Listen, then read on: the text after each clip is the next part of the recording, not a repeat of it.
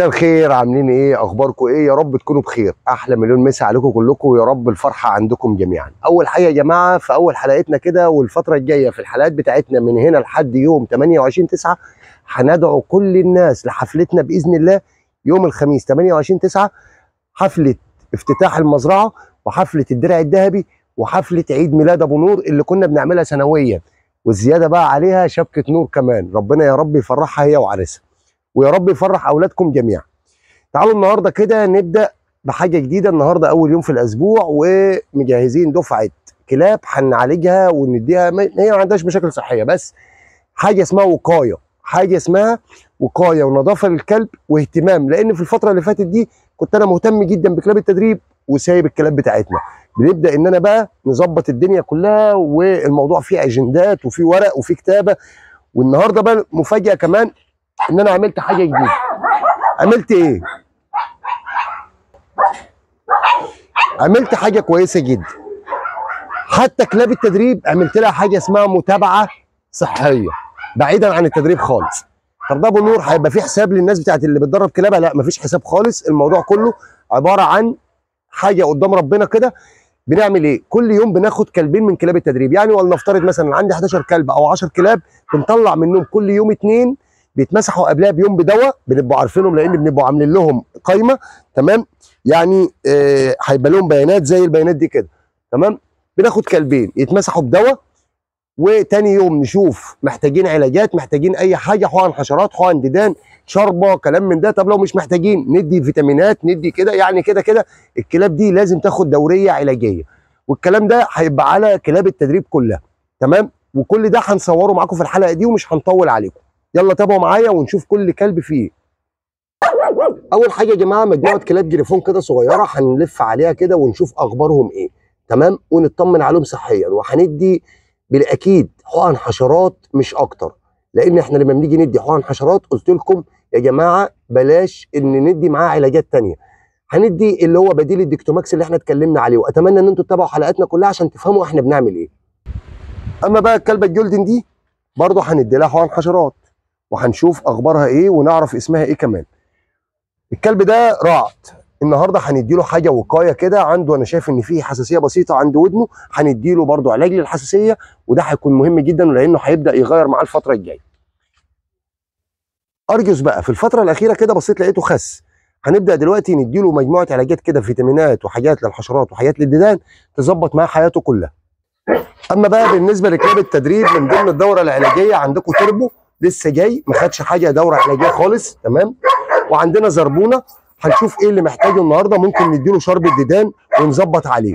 الكلام ده لسه جديد يا جماعه، موضوع ان احنا ندي علاج لكلاب التدريب حتى لو مش محتاجين ده لسه جديد. ربنا يبارك لاصحابه يا رب. تعالوا نبدا برعد يا جماعه. انا النهارده الجماعه هم بيسرحوا له قالوا لي لو ان في حشرات بسيطه، ولقيت في عند ودانه من هنا كده حساسيه بسيطه. دي هنسيبها؟ لا. اول حاجه هندي حقنه حشرات اللي هي الديكتوماكس او بديل الديكتوماكس اللي احنا اتكلمنا عليه اهو. تمام؟ كلب زي ده هياخد 1.5 سم. وركزوا معانا كويس، وزي ما قلت لكم كل كلب انت بتدي له علاج لازم يبقى عندك ورق مكتوب فيه ايه البيانات وايه الحاجات اللي هو بياخدها، لان ده شيء مهم جدا يا جماعه. امسك لي بقى الكلب عشان الكلب ده بيخاف اساسا. لفهولي، لا لفهولي الناحيه الثانيه. لفهولي، هو بيخاف اساسا وبكلام من ده وبيقلق وبيعمل هيجان لما حد يسرح له او حد يجي جنبه. لا قرب شويه جوه كده، بس بس بس. ماسك.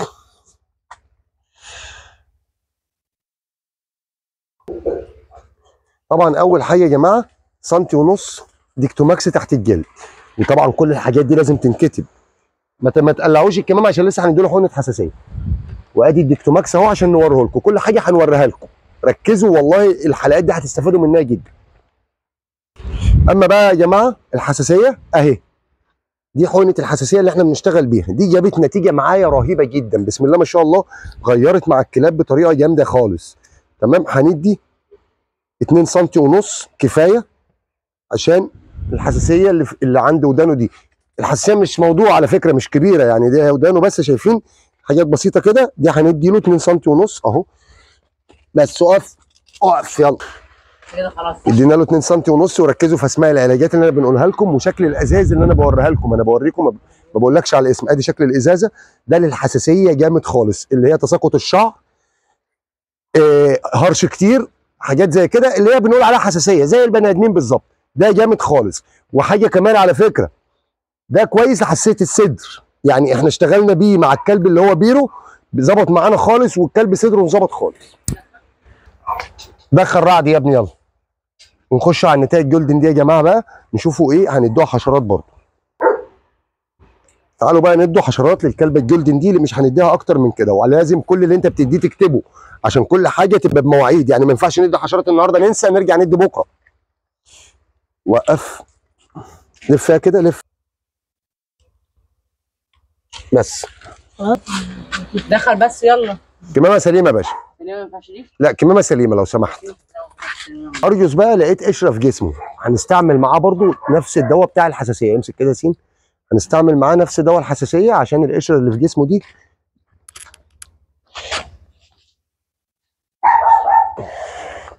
في هنا مكان حقنه هنسيبها، مش هنفتحها دلوقتي. تمام. قلت بقى لازم نديله شويه شوربه كمان علشان الخسسان اللي هو فيه ده. ممكن صاحبه يقول لك ايه ده ابو نور الكلب ما بياكلش ليه؟ لا، الفكره بقى ان احنا شويه تظبيطات كده.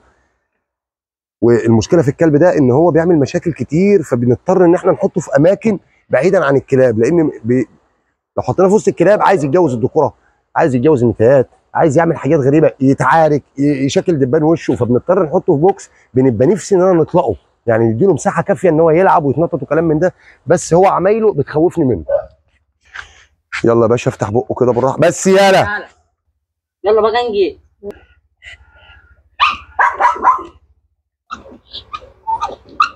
وجلده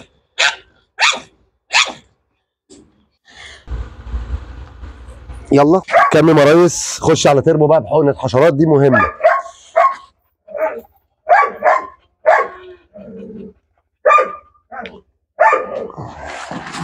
بالراحه يا ابني. زربونه بقى هنديله يا جماعه حقنه حشرات، وهنديله لان هو واخد حشرات اول ما جه، احنا بنديله يعني زي اعاده كده. احنا عندنا فتره شهر من الحقنه الاولى، وزي ما قلنا ان احنا لازم نكتب العلاجات اللي احنا بنديها عشان المواعيد. ما ينفعش ان انا ندي حقنتين حشرات في اسبوع، اقل شيء شهر يعدي عليه. تمام. وهنديله شرب الديدان كمان. هو شقاوته بس. امسك جامد بس.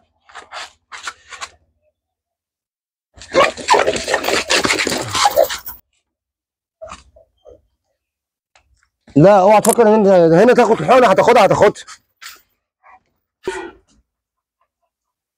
زربونه ده بقى زي بالظبط كده العيال اللي هي بتروح فين الديسكو كده والحاجات دي، مفكر نفسه ان جاي ايه. اقعد